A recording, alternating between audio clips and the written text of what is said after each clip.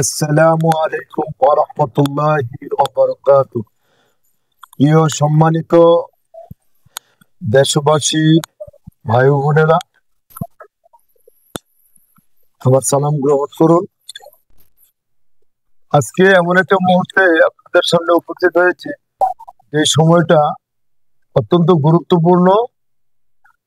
আল্লাহ চাহে তো ইনশাআল্লাহ, আল্লাহ পাকের মেহেরবানি, আল্লাহ পাক যদি কবুল করে থাকেন, তাহলে আজকে 7 তারিখ, রোজ শুক্রবার, 2025 সাল, নভেম্বর মাস। আগামী দিন 8 তারিখ, রোজ শনিবার, আল্লাহর ঘর বাইতুল্লাহ জিয়ারতের উদ্দেশ্যে ইনশাআল্লাহ মুরাদনগর আল্লাহ চত্বরের সামনে আমি 6:30টার দিকে, ভোর সকাল 6:30টার দিকে উপস্থিত হব ইনশাআল্লাহ। ওখানে আমার জন্য গাড়ি অপেক্ষা করবে।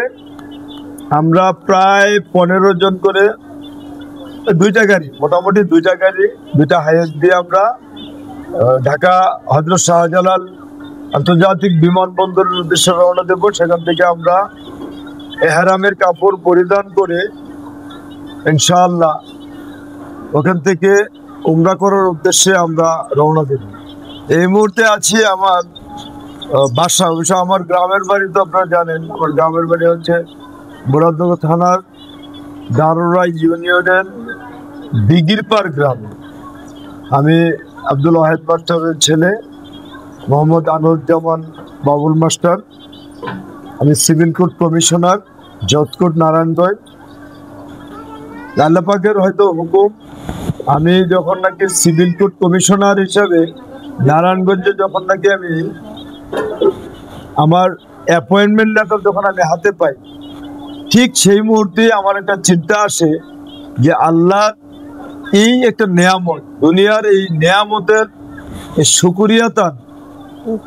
আমি তখন চিন্তা করলাম যে আমি এই মুহূর্তে আমার হজ তথা উমরা হজ করার দরকার, আল্লাহর শুকরিয়া জ্ঞাপনের জন্য।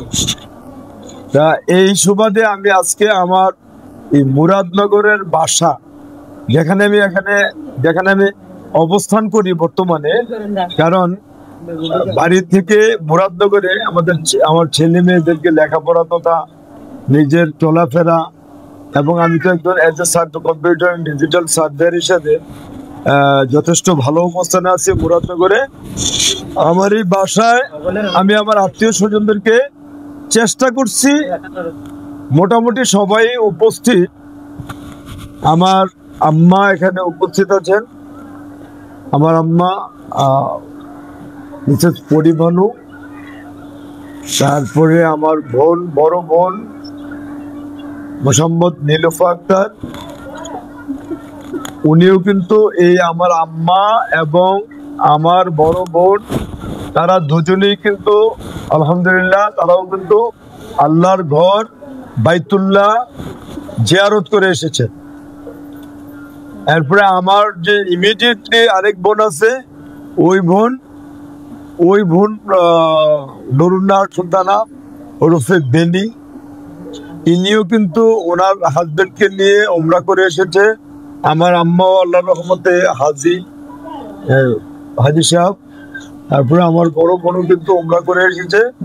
আল্লাহ চাহে তো আমার বোন আবার আসার পরেও আবার নতুন করে নিয়ত করছে যে আবার সুযোগ পাইলেই আমার সাথে যাওয়ার কথা ছিল। বিষয় আসলে আমাদের ওই সব কিছু মিলে অনেক ক্রাইসিসের কারণে সময় করে ওঠে নাই, যে কারণে একসাথে যাওয়াটা হয় নাই। তবে ইনশাল্লাহ আমারও নিয়ত আছে, ইনশাল্লাহ আল্লাহ যদি এবারকার ঘুরাই নিয়ে আসে আমাকে, আমি আবারও ইনশাল্লাহ আল্লাহর ঘরে যাব।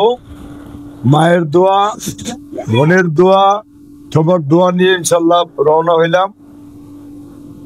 সবাই আমার জন্য দোয়া করবেন। যদি কোনো ভুলভ্রান্তি করে থাকি তাহলে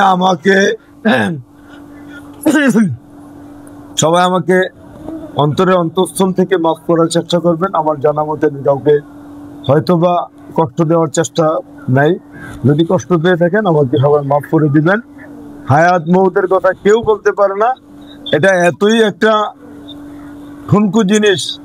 পৃথিবীর সব জিনিসের গ্যারান্টি আছে, একটা কাচের গ্লাসেরও গ্যারান্টি আছে, এই 2-1 ঘন্টা 2-4 মিনিট এটা ভালো থাকবে, চাইলেই ভালো রাখা যায়, কিন্তু মানুষের রূহটার কোনো গ্যারান্টি নেই।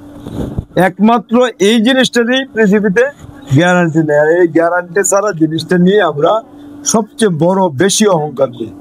আল্লাহ যেন আমাদের অহংকার থেকে মুক্ত রাখে, সকল খারাপি থেকে যেন আল্লাহ আমাদেরকে বাঁচিয়ে রাখে।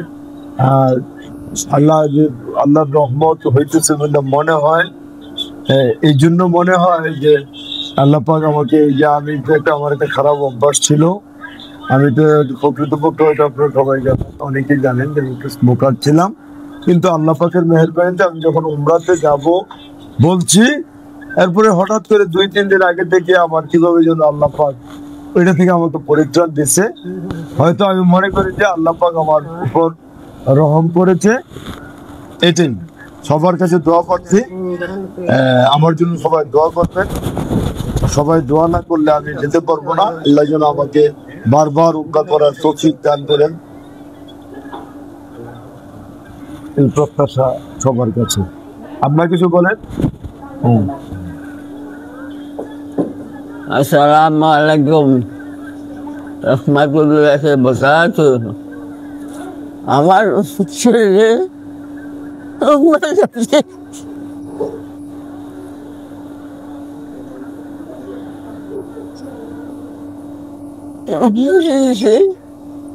আমি দোয়া করছি,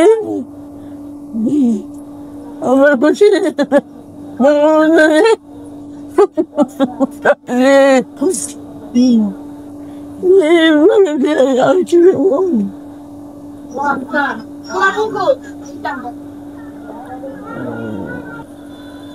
আমার ছেলে মেয়ে সব উমরা করে এসে আর একজন বাড়ি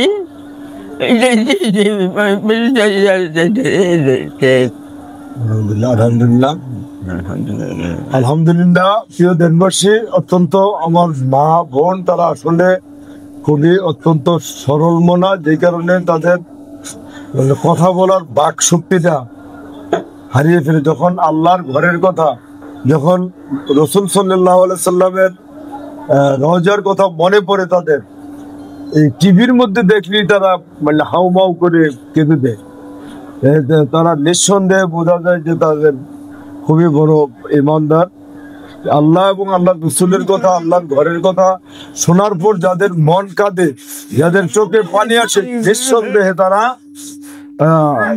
ইমানদার এবং তারা আল্লাহ। আমার মা কিন্তু হয়তো আমাকে দোয়া দিতে যেয়া, আমার কথাটা বলতে যেয়া সে কিন্তু কান্দা দিচ্ছে। কেন? যেগুলা যে আমার আম্মাও কিন্তু উমরা করছে, আমার বড় বোনও কিন্তু উমরা করছে, আমার ইমিডিয়েটলি যে বড় আরেক বোন, ওই বোন এবং বোন জামাই সহ কিন্তু উমরা করছে। আমার আরেকজন মেয়ে আছে, ওই মেয়েটাও মাশাআল্লাহ উমরা করছে। আমিও ইনশাআল্লাহ যাবো, এবং পরবর্তীতে আশা আছে আমি আমার স্ত্রীকে নিয়ে, আমার ওয়াইফকে নিয়ে, ইনশাআল্লাহ আমার বোনকে নিয়ে, যদি আমার সুযোগ হয় আমার মাকে নিয়েও আরেকবার উমরা করবো ইনশাআল্লাহ, যদি আল্লাহ পাক তৌফিক দেয়। তবে আজকে এই পর্যন্তই। আগামী দিন সকাল 6:30 আমি আল্লাহ চত্বরে, মুরাদনগর আল্লাহ চত্বরে উপস্থিত থাকবো। ওখান থেকে ইনশাআল্লাহ আমি রওনা দেব। ধন্যবাদ সবাইকে, আমার জন্য দোয়া করবেন। আসসালামু আলাইকুম ওয়া রাহমাতুল্লাহি ওয়া বারাকাতুহু।